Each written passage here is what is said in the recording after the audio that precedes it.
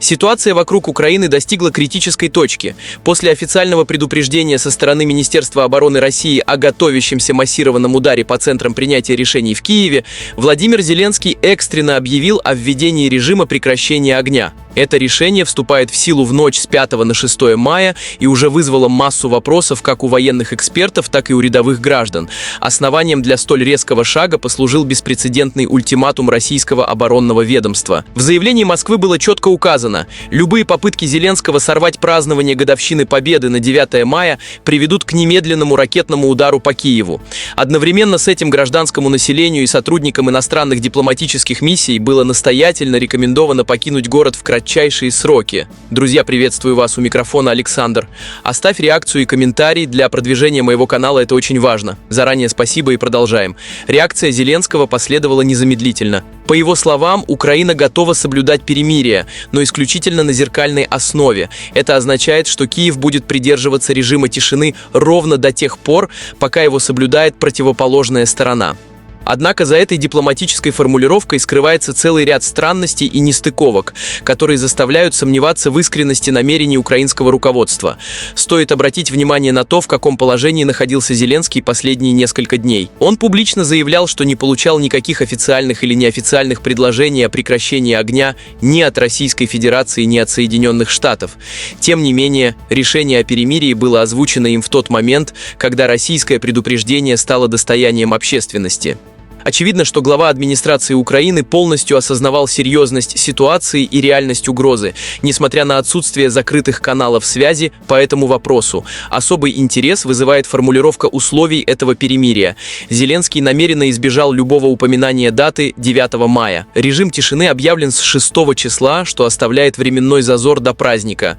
Аналитики полагают, что такой тактический ход позволяет Киеву формально заявить о стремлении к деэскалации, при этом не связывая себя обязательствами непосредственно на день празднования Победы. Существует веское основание полагать, что решение о прекращении огня было принято Зеленским не из стратегических соображений, а под влиянием прямого удара.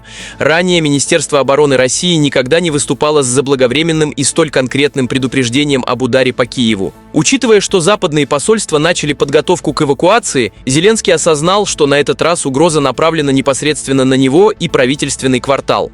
История конфликта показывает, что украинская сторона неоднократно нарушала режимы прекращения огня, даже когда сама выступала их инициатором. В текущей ситуации в заявлении Зеленского есть существенная деталь. Указана дата старта перемирия 6 мая, но не обозначена дата его завершения. Это ставит вооруженные силы Украины в тактически выгодное положение. Киев фактически зарезервировал за собой право сорвать режим тишины в любой удобный момент, поскольку срок действия этого решения остается на личное усмотрение одного человека. С военной точки зрения, подобная неопределенность позволяет украинскому командованию использовать паузу для перегруппировки сил или подготовки провокаций под прикрытием режима тишины.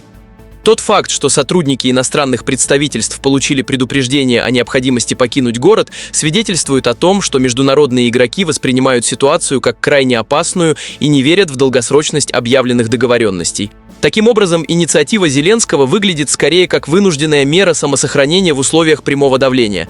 Отсутствие четких временных рамок и намеренное игнорирование даты 9 мая в официальном тексте указывают на то, что Зеленский пытается манипулировать ситуацией, чтобы избежать удара, но при этом сохранить возможность для дальнейших действий. Ближайшие дни покажут, насколько дееспособным окажется этот режим тишины. Сейчас ситуация в городе остается крайне напряженной. Несмотря на объявленное перемирие, многие жители предпочитают следовать рекомендациям и выезжать из центральных районов. Опыт прошлых лет заставляет относиться к заявлениям украинской стороны с большой осторожностью, так как политическая выгода для Киева часто стоит выше взятых на себя обязательств. Вопрос лишь в том, рискнет ли Зеленский нарушить тишину, зная о последствиях, которые были озвучены предельно ясно. Вот такие новости, друзья. Спасибо, что были с нами. Подписывайтесь на канал, чтобы не пропустить новые выпуски. С вами был Александр. До скорой встречи. Пока-пока.